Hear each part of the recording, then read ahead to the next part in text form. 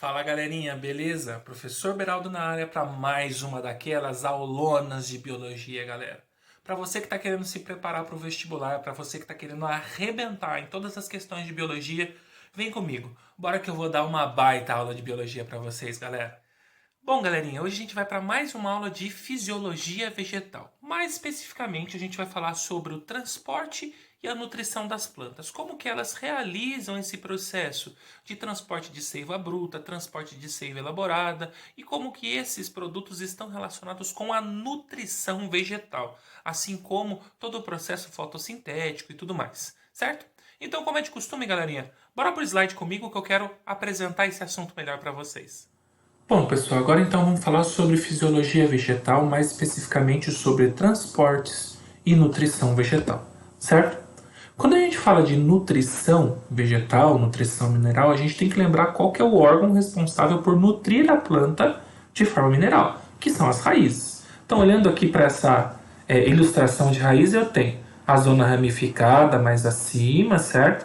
Depois a zona pilosa, que é a zona de absorção, e a zona de alongamento celular e o meristema apical, e aqui a região da coifa. Mas essa região em especial, que é a região dos pelos radiculares absorventes, é onde a planta faz a absorção de água por osmose e de minerais por transporte ativo. Então essa é uma estrutura extremamente importante que deve estar em contato com o solo ou superfície líquida, tá? Para conseguir fazer a absorção de todo o material necessário.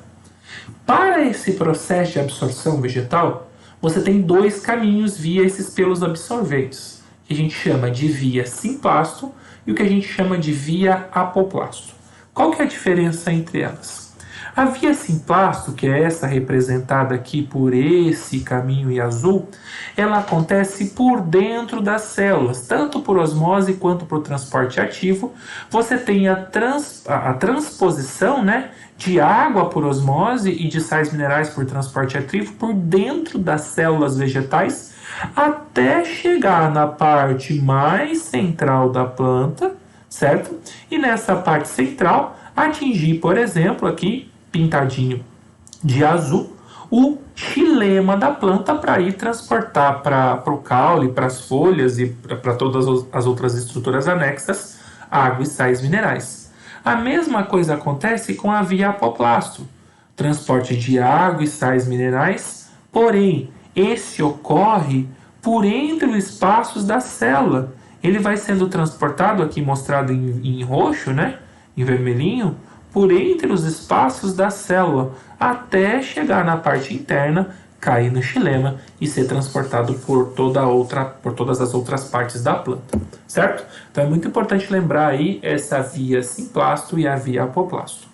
Outra coisa interessante, pessoal, dentro da fisiologia vegetal é a gente conhecer o processo de transpiração vegetal, aonde uma parte significativa, que chega a ser 90%, está em responsabilidade dos estômatos e apenas 10% está sob responsabilidade das cutículas. O estômato, ele tem essa capacidade de abrir e fechar, como mostra aí nessa ilustração, tá? Estômatos abertos, células guarda, elas se encontram túrgidas, né? O vacúolo das células guarda se encontram túrgidas, então o estômato fica aberto e por ali ocorre o transporte de gases e automaticamente a transpiração também dos vegetais. E o estômago, com a sua célula guarda, com a estrutura interna flácida, que a gente fala, né? Com o vacúolo, sem o acúmulo de água, a célula guarda vai diminuir de tamanho e automaticamente vai fechar aí essa abertura estomatal. Só que a cutícula, que é a estrutura que reveste o epitélio foliar, ela não tem essa capacidade de abrir e fechar, fazendo com que essa transpiração ela aconteça o tempo todo com a planta, desde que ela seja incidida por uma quantidade de luz o suficiente para manter ela aquecida, e aí sim a água é passada para o estado de vapor e acaba sendo perdida, certo? Dentro dessa ideia de transpiração, a gente pode pensar um pouquinho na condução da seiva bruta, já que a transpiração pelos ostômatos e pela cutícula é um dos fatores que possibilita a condução da seiva bruta. Por que eu digo que é um dos fatores? Por quê? Lá nas folhas, quando essas estão transpirando, elas causam uma pressão negativa que auxilia a entrada de água nas raízes. Porém, não é só a força de transpiração dos estômatos que faz a água subir metros e metros pelo caule da planta até chegar nas folhas. Você tem também a ideia de coesão entre as moléculas de água na coluna de água e a questão da tensão existente entre as moléculas de água, que permite que elas vão se entremeando do solo direto para as raízes. Toda essa junção de tensão da água, coesão das moléculas de água com as paredes do xilema e transpiração formam o que a gente chama de teoria de Dickson, que explica como que a água consegue subir, mesmo contra a gravidade, metros e metros e metros de altura para ser transportada dentro de um vegetal. Tudo bem? Agora, a seiva elaborada, ela faz um transporte um pouco mais fácil, entre aspas. Por quê? Como ela é produzida nas folhas e vai até todo o resto da planta, caules, raízes, ela está caminhando no sentido a favor da gravidade. Então, ela teoricamente simplesmente só precisaria descer. Porém, a seiva bruta é um líquido um pouco mais... a seiva elaborada é um líquido um pouco mais viscoso. E por ser um pouco mais viscoso, ele possui dificuldade de escoar pelo floema, tá? Às vezes, quando este tem esse escoamento muito lento, existe um processo que é chamado de translocação, onde parte da água que está subindo pelo xilema é transportada até o floema para liquefazer a seiva elaborada e possibilitar o seu transporte ali no vaso do floema e que o mesmo consiga atingir todas as estruturas vegetais, certo? É assim que ocorre o transporte da seiva bruta e da seiva elaborada. Bom, uma coisa que a gente não pode deixar de estudar, porque sempre cai nos vestibulares, provas e tudo mais, é o anel de Malpighi. Olha aqui essa situação. Eu tenho uma árvore super, digamos assim, boa de saúde, né? Uma árvore super saudável, e eu vou lá e retiro um anel da sua casca. Depois de um tempo observando essa planta, eu percebo que na parte superior a esse anel eu vou ter uma protuberância. Essa protuberância está relacionada com o acúmulo de seiva elaborada. Por quê? Quando eu removo esse anel de Malpighi, eu estou removendo também os vasos condutores de seiva elaborada, o floema, que caminha mais pela periferia da planta. Ao remover esse floema, toda a seiva elaborada que está sendo produzida aqui pelas folhas, ela vai começar a se acumular aqui. Se acumulando aqui, ela não tem a sua passagem para o resto do caule e as raízes, e as estruturas finais do caule e das raízes vão, por falta de energia, acabar morrendo. Se elas morrem, automaticamente não tem absorção de água. Então a seiva bruta não vai ser absorvida pela raiz e não vai subir até as folhas. Não é porque eu fiz uma interrupção do xilema, e sim porque, pela morte das células das raízes, das estruturas que ficam abaixo do anel de Malpighi, eu não tenho mais absorção de novos nutrientes ali, água e sais minerais. Tudo bem? Isso é uma coisa que sempre cai, pessoal. Anel de Malpighi, tá bom? Outra coisa que a gente precisa saber sobre fisiologia vegetal é o processo de fotossíntese, tá? A fotossíntese é um processo pelo qual seres, como as plantas, algas, seres clorofilados, conseguem, com o auxílio da luz e recursos ambientais, produzir o seu próprio alimento, produzir os seus próprios compostos orgânicos, como é o caso da glicose. Em resposta a esse processo metabólico, além da produção da glicose, os seres fotossintetizantes ainda fazem a liberação do oxigênio. Todo esse processo acontece dentro dessa organela chamada de cloroplasto, mais especificamente nos tilacoides e no estroma do cloroplasto, certo? E algumas plantas, elas têm algumas características para serem estudadas, como, por exemplo, a quantidade de luz e a fonte luminosa que vai fazer com que essa planta consiga ou não consiga realizar a fotossíntese. Por exemplo, aqui nesse gráfico, ó, eu tenho os dois picos de absorção de luz de acordo com o espectro luminoso. Dá para a gente perceber que a cor azul e a cor vermelha são as duas ondas luminosas mais absorvidas pelos vegetais, tanto aqueles dotados de clorofila A quanto clorofila B. Esses espectros luminosos são os mais bem absorvidos e os mais bem aproveitados para a realização da fotossíntese. E ao mesmo tempo, a onda luminosa e a sua intensidade luminosa também influencia de acordo com o tipo da planta. Eu tenho 3 tipos principais de plantas. Plantas C3, que são aquelas de plantas de dia curto, ou seja, com uma taxa de eliminação por um período menor de tempo, essa planta já vai conseguir se desenvolver. As plantas do tipo C4 são as chamadas plantas de dia longo. Elas precisam de uma taxa de iluminação mais longa para conseguir realizar a fotossíntese e conseguir se desenvolver. E por último, as plantas do tipo Can são aquelas plantas que também são do dia longo, mas elas têm uma necessidade hídrica muito mais baixa que todos os outros grupos vegetais. São as cactáceas, as suculentas, todas elas são classificadas como plantas Can, de acordo com a sua característica de planta de região desértica. Tá? Espero que até aqui vocês tenham entendido, pessoal. Agora vamos ver um pouquinho sobre como o fotoperíodo influencia na forma como essas plantas se desenvolvem, ok? Bom, pessoal, uma coisa interessante da gente perceber é a questão do fotoperiodismo. Como assim? As plantas que a gente falou de plantas de dia claro, ou plantas de dia longo e plantas de dia curto, tá? Elas estão diretamente relacionadas com o seu fotoperiodismo, certo? Por exemplo, olha nessa primeira situação aqui, ó. Eu tenho uma faixa clara muito grande e uma faixa escura curtinha.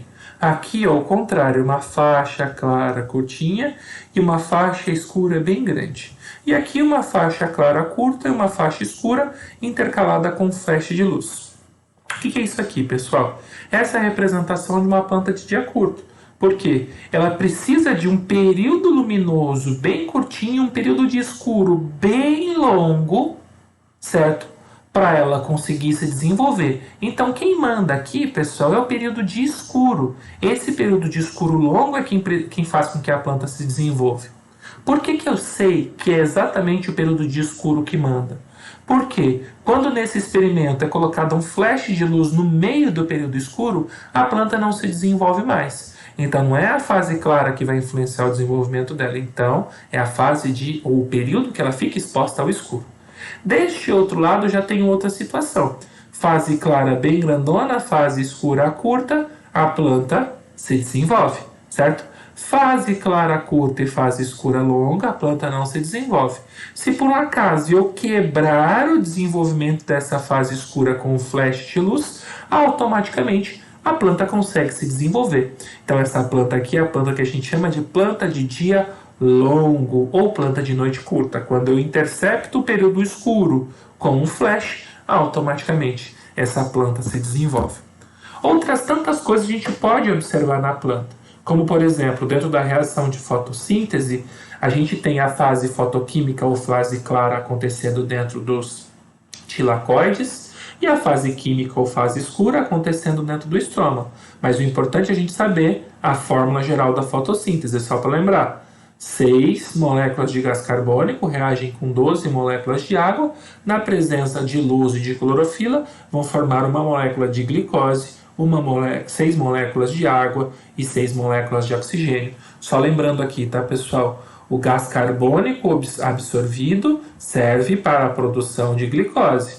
E a água absorvida é quem vai produzir o oxigênio dentro do processo de fotossíntese, tá? Aqui como mostra nesse desenho, certo?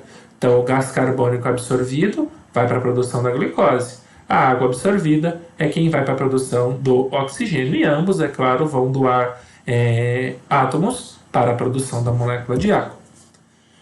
Situações que influenciam a fisiologia vegetal são, por exemplo, a luminosidade. A gente já falou de plantas de dia longo e plantas de dia curto, a gente também tem que falar de plantas que são heliófilas e plantas que são umbrófilas, ou seja, plantas que gostam muito de luz e exigem muita luminosidade, a gente chama de plantas heliófilas. Agora, plantas que gostam de pouca luz e não exigem muita luminosidade, a gente chama de plantas umbrófilas. Tá? Como que eu observo isso? Eu observo a partir de um gráfico, onde você tem a velocidade da fotossíntese pela intensidade luminosa. Chega um momento que, mesmo aumentando a intensidade luminosa, a fotossíntese não se altera mais. Esse é o ponto de saturação luminoso. Para as plantas heliófilas, ele é mais alto. Para as plântulas umbrófilas, ele é bem mais baixo, tá? Segunda coisa que influencia a fisiologia do vegetal é a concentração de gás carbônico, certo? Assim como a luz, ele também é um fator limitante. Se eu coloco gás carbônico demais, a taxa de fotossíntese ela para de crescer. Aqui nesse gráfico, a porcentagem de 0,2 de gás carbônico é o suficiente para a planta desenvolver a fotossíntese. Dali para frente, a fotossíntese fica estagnada, tá? A temperatura, mesma coisa. Altas temperaturas estão relacionadas com altas luminosidades, baixas temperaturas, mais baixas luminosidades. Então a taxa de fotossíntese também muda. E por último, mas não menos importante, o gráfico da compensação fótica é extremamente importante, pessoal. A gente tem aqui uma situação onde eu observo uma linha que representa a fotossíntese e uma linha que representa a respiração.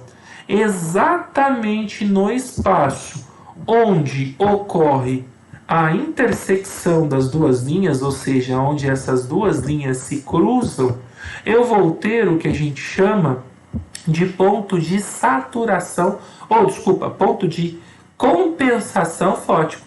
O que é isso?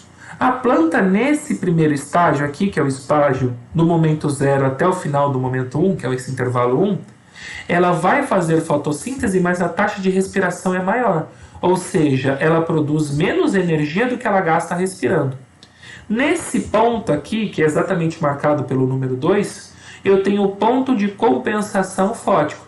Ou seja, daqui para frente, tudo que a planta realizar de fotossíntese vai gerar um acúmulo energético que não foi produzido na taxa de respiração. Ou seja, que não foi gasto, na taxa de respiração. Ou seja, daqui para cima a planta guarda mais energia do que ela consome. E o intervalo 3 aqui é exatamente isso. Após o ponto de compensação fótico, a planta ela vai se desenvolver, se desenvolver, se desenvolver. É claro, existe um limite. Lembra do ponto de saturação fótico que a gente viu agora há pouco? Daqui para frente, não adianta você colocar mais luz que a planta não vai fazer mais fotossíntese. Certo, pessoal?